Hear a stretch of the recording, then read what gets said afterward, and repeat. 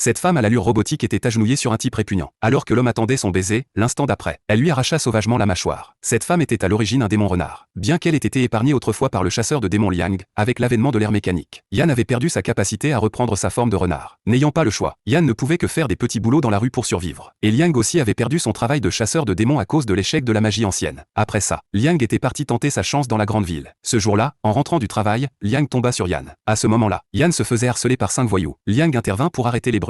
En voyant la clé à molette dans les mains de Liang, les voyous n'osèrent plus faire les malins. Puis Liang emmena Yan avec lui. Yan raconta à Liang qu'elle était piégée sous forme humaine. Elle avait perdu ses crocs et ses griffes, et ne pouvait plus chasser. Yan rêvait sans cesse de pouvoir courir et chasser librement dans cette ville mécanique. Après s'être séparé de Yan, Liang étudiait chaque jour le fonctionnement des machines. 5 ans plus tard, Liang était devenu un excellent mécanicien. Pendant ce temps, Yan avait rencontré un homme au goût pervers. L'homme avait transformé le corps de Yan en robot et l'avait mise en vitrine pour que les gens la regardent. Ce jour-là, quand l'homme se mit à frapper Yan, elle ne put plus supporter ses tortures. Alors Yan mit fin à la vie de cet homme. Après ça, Yan retrouva Liang. Yan voulait recommencer à chasser. Elle espérait que Liang pourrait l'aider à reprendre sa forme de renard. Alors Liang conçut un nouveau corps mécanique pour Yan. Une semaine plus tard, le corps de Yan fut modifié et amélioré avec succès par Liang. Après que Yan eut avalé le carburant, son corps se mit en marche. Puis le corps de Yan commença à s'étirer. Et l'instant d'après elle se transforma vraiment en un magnifique renard mécanique. Ensuite, Yan sauta avec grâce sur le balcon pour dire au revoir à Liang. Puis Yan se déplaça librement à travers cette ville mécanique. En regardant sa silhouette s'éloigner, Liang n'arriva finalement jamais à avouer ses sentiments pour Yan. Il espérait juste que sa chasse se passerait bien désormais. Sous le couvert de la nuit, 3 voyous s'en prenaient à une femme. Ils arrachèrent violemment le manteau de la femme. Soudain, une ombre noire passa au-dessus d'eux. C'était le démon renard mécanique Yan, elle allait capturer sa proie parfaite.